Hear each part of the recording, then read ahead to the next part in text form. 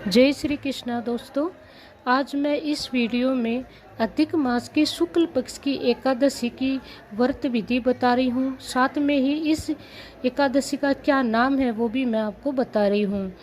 इस एकादशी का नाम पद्मिनी एकादशी है, जो अधिक मास जिसको लौंद का महीना भी बोलते हैं, पुरुषोत्तम मास भी बोलते हैं, जो इस शुक्ल पक्ष में यह एकादशी की जाती है।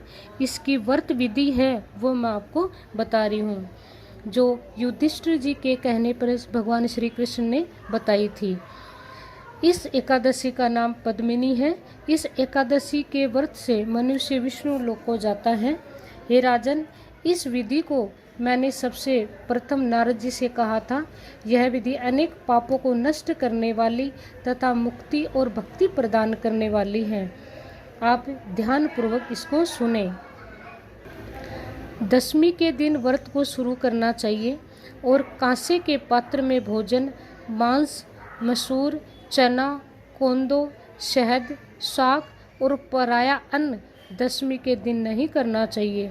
इस दिन हविष्य भोजन करना चाहिए। हविष्य भोजन जो भगवान को हम भोग लगाते हैं, इस प्रकार का भोजन करना चाहिए और इस दिन नमक भी नहीं खाना चाहिए।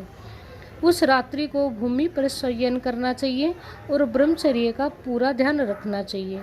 एकादशी के दिन प्रातः उठकर नित्य क्रिया से निवृत्त होकर दातुन करनी चाहिए और 12 बार कुल्ला करना चाहिए और पुण्य क्षेत्र में स्नान करना चाहिए। गोमय मृतिका, तिलकुश तथा अमल की चूर्ण से विधि पूर्वक स्नान करना चाहिए।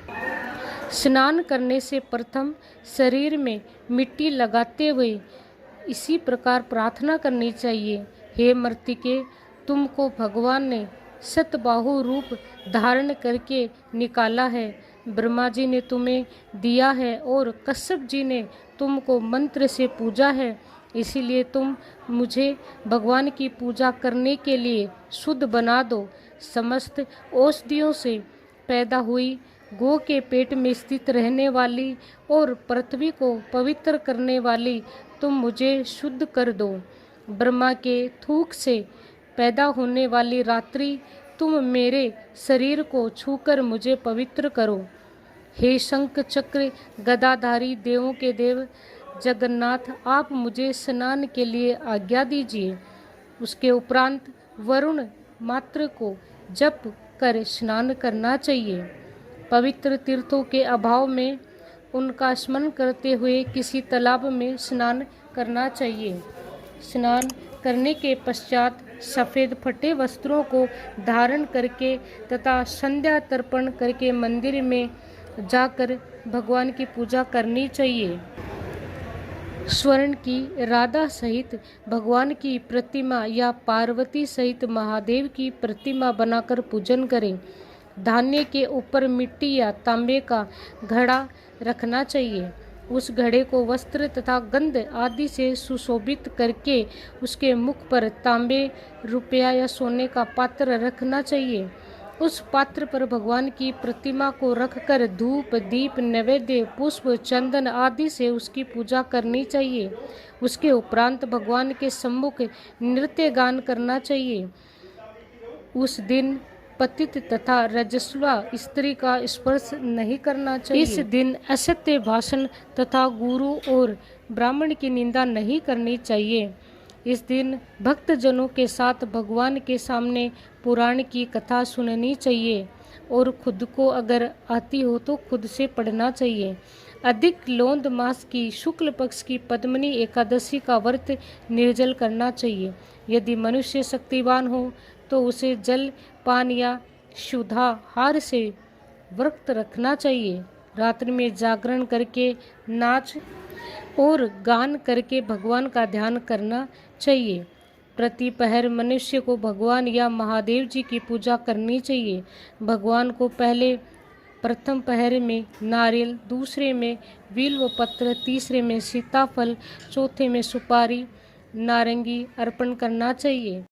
इससे पहले पहर में अग्नि होम का, दूसरे में वाजपेयी यज्ञ का, तीसरे में अश्वमेघ यज्ञ का और चौथे में राजसूय यज्ञ का फल मिलता है।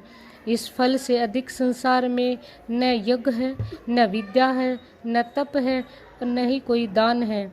एकादशी का व्रत करने वाले मनुष्य को समस्त तीर्थ और यज्ञों का फल मिलता है। इस तरह से सूर्योदय तक जागरण करना चाहिए और स्नान करके ब्राह्मणों को भोजन कराना चाहिए। सब पदार्थ भगवान की प्रतिमा सहित ब्राह्मण को देना चाहिए।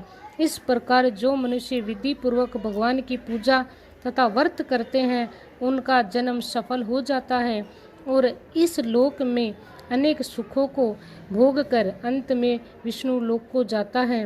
हे राजन, मैंने आपको एकादशी के व्रत का पूरा विधान बता दिया है। ये थी पद्मनी एकादशी की पूजा विधि जो मैंने आपको बता दी है। आप इस प्रकार से भगवान की पूजा करें और एकादशी का व्रत करें। यदि आपसे एकादशी का व्रत किसी भी कारणवश नहीं हो पाता है तो आप इस प्रकार पूजा अवश्य करें और इस दिन आप किसी भी ब्राह्मण को या गरीब को दान अवश्य करें, क्योंकि अगर आप अपने पितरों के नाम से या किसी को भी दान करते हैं तो इस दिन बहुत आपको पुण्य मिलता है। और आप इस विधि के अनुसार भगवान की पूजा करते हैं तो भगवान आपको विष्णु लोक में वास और मोक्ष की प्राप्ति देते हैं। भगवान आपकी सभी मनोकामनाएं पूर्ण करें, यही मेरी भगवान से प्रार्थना है।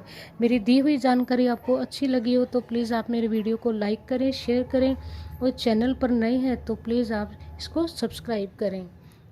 Thank you. जय श्री कृष्ण।